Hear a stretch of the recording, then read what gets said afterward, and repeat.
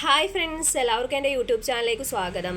നിങ്ങൾ ആദ്യമായാണ് എൻ്റെ ചാനൽ കാണുന്നതെങ്കിൽ സബ്സ്ക്രൈബ് ചെയ്ത് സപ്പോർട്ട് ചെയ്യണേ. പിന്നെ നമ്മൾ പ്രീവിയസ് ആയിട്ട് ചോദിച്ചിട്ടുള്ള RRBയുടെ കെമിസ്ട്രിയിലെ ക്വസ്റ്റ്യൻസ് ആണ് നോക്കുന്നത്. ഒന്നാമത്തെ question, at what temperature does gypsum get converted in to plaster of Paris? ഏത് ടെമ്പറേച്ചറിലാണ് ജിപ്സം പ്ലാസ്റ്റർ ഓഫ് പാരീസ് ആയിട്ട് കൺവേർട്ട് ചെയ്യുന്നതെന്നാണ് ചോദിച്ചിരിക്കുന്നത്.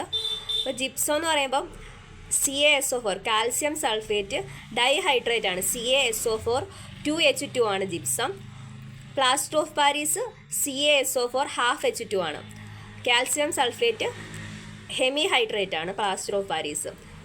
കാൽസ്യം സൾഫേറ്റ് ഡൈഹൈഡ്രേറ്റ് ആണ് ജിപ്സം. അപ്പോൾ ജിപ്സം ഏത് ടെമ്പറേച്ചറിലാണ് പ്ലാസ്റ്റർ ഓഫ് പാരീസ് ആയിട്ട് കൺവേർട്ട് ചെയ്യുന്നത് ചോദിച്ചാൽ 473 കെൽവിൻ ആണ്. 473 കെൽവിൻ. അപ്പം at what temperature does gypsum get converted in to plaster of Paris? 473 kelvin ആണ്.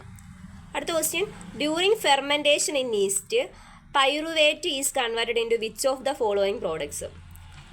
ഫെർമെൻറ്റേഷൻ, ഈസ്റ്റിലെ ഫെർമെൻറ്റേഷൻ നടക്കുമ്പോൾ പൈറുവേറ്റ് കൺവേർട്ട് ചെയ്യുന്ന ഏതൊക്കെ പ്രോഡക്ട്സ് ആയിട്ടാണ് പൈറുവേറ്റ് കൺവേർട്ട് ചെയ്യുന്നതാണ് ചോദിച്ചിരിക്കുന്നത്.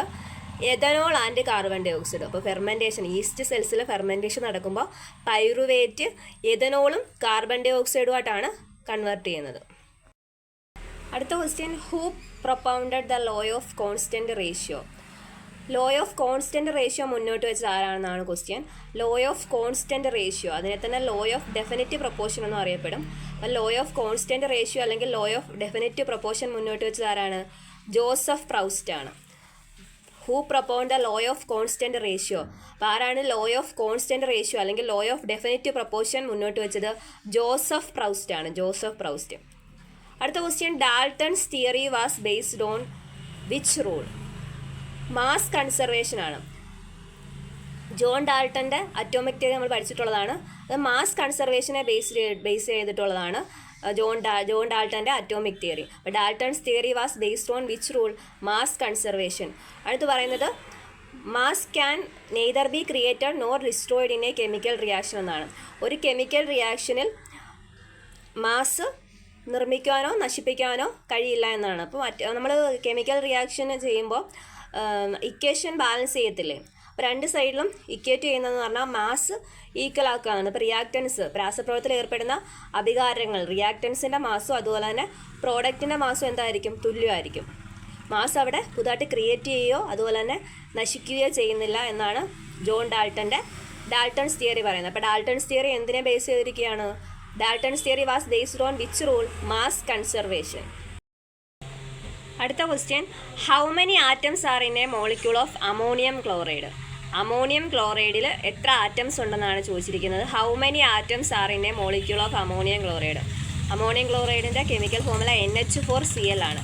NH4Cl. അവിടെ നൈട്രജൻ 1, ഹൈഡ്രജൻ 4 ഉണ്ട്, ക്ലോറിൻ 1 ഉണ്ട്. ടോട്ടൽ 6 ആറ്റംസ് ആണ് അവിടെ ഉള്ളത്. അപ്പോൾ how many atoms are in a molecule of ammonium chloride?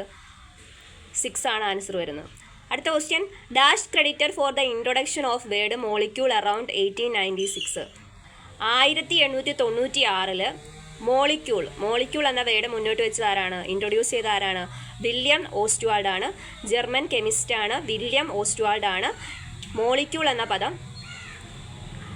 എന്ന വേർഡ് 1896 ഇൻട്രൊഡ്യൂസ് ചെയ്തത്. അടുത്ത question, in 1 mole of acetic acid dash oxygen atoms are present? In 1 mole of acetic acid dash oxygen atoms are present എന്നാണ് ചോദിച്ചിരിക്കുന്നത്. ഒരു mole acetic ആസിഡിൽ എത്ര oxygen atoms ഉണ്ടെന്നാണ് ചോദിച്ചിരിക്കുന്നത്. ഒരു മോൾ അസറ്റിക് ആസിഡിൽ എത്ര ഓക്സിജൻ ആറ്റംസ് ഉണ്ടെന്നാണ് ചോദിച്ചിരിക്കുന്നത്.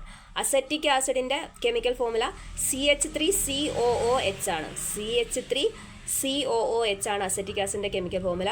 അപ്പം അതിനകത്ത് എത്ര ഓക്സിജൻ ഉണ്ട്? 2 ഓക്സിജൻ ആണ് ഉള്ളത്. അതുകൊണ്ട് CH3COOH അവിടെ എത്ര ഓക്സിജൻ ആണുള്ളത്? 2 ഓക്സിജൻ ആണുള്ളത്. അപ്പം in 1 mole of acetic acid dash oxygen atoms are present? 2 oxygen atoms ആണ് ഒരു മോൾ അസറ്റിക് ആസിഡിൽ ഉള്ളത്. അടുത്ത question, bleaching powder is formed when dry slaked lime react with? Bleaching powder എങ്ങനെയാണ് ഫോം ചെയ്തിരിക്കുന്നതാണ് ചോദിച്ചിരിക്കുന്നത്. ഡ്രൈ സ്ലേക്കർ ലൈം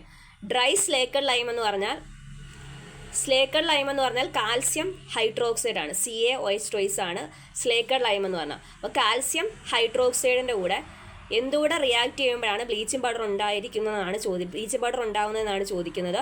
അപ്പം CaOH ആണ് കാൽസ്യം ഹൈഡ്രോക്സൈഡ് അല്ലെങ്കിൽ സ്ലേക്കഡ് ലൈം. അത് ക്ലോറിനുമായിട്ട് റിയാക്ട് ചെയ്യുമ്പോഴാണ് എന്തുണ്ടാകുന്നത്? CaOCl2 ഉണ്ടാകുന്നത്. CaOCl2 + H2O. കാൽസ്യം ഓക്സിക്ലോറൈഡ് ആണ് ബ്ലീച്ചിങ് പൗഡർ. അപ്പോൾ CaOCl2 ഉണ്ടാകുന്നത് സ്ലേക്കഡ് ലൈമായിട്ടുള്ള കാൽസ്യം ഹൈഡ്രോക്സൈഡിൻ്റെ കൂടെ ക്ലോറിൻ റിയാക്ട് ചെയ്യുമ്പോഴാണ് ബ്ലീച്ചിങ് പൗഡർ കിട്ടുന്നത്. അടുത്ത question, calcium sulphate dihydrate is the chemical name of. എന്തിൻ്റെ കെമിക്കൽ നെയിമാണ് കാൽസ്യം സൾഫേറ്റ് ഡൈഹൈഡ്രേറ്റ് എന്നാണ് ചോദിച്ചിരിക്കുന്നത്. Calcium sulphate dihydrate is the chemical name of. നമ്മൾ ആദ്യത്തെ ക്വസ്റ്റ്യനകത്ത് ഇത് പറഞ്ഞിട്ടുണ്ടായിരുന്നു. അപ്പോൾ കാൽസ്യം സൾഫേറ്റ് ഡൈഹൈഡ്രേറ്റ് എന്ന് പറയുന്നത് ജിപ്സത്തിൻ്റെ കെമിക്കൽ നെയിമാണ്. Calcium sulphate CaSO4 calcium sulphate dihydrate എന്ന് പറയുന്നത് ജിപ്സത്തിൻ്റെ കെമിക്കൽ നെയിമാണ്. അടുത്ത question, which of the following chemical compounds is known as marble. Option നമ്മൾ കൊടുത്തിട്ടില്ല.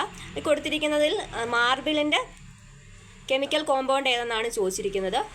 കാൽസ്യം കാർബണേറ്റ് ആണ് മാർബിൾ. CaCO3 ആണ് മാർബിൾ, കാൽസ്യം കാർബണേറ്റ്.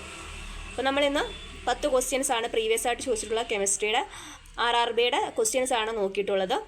അപ്പോൾ ഓക്കെ, താങ്ക് യു ഓൾ.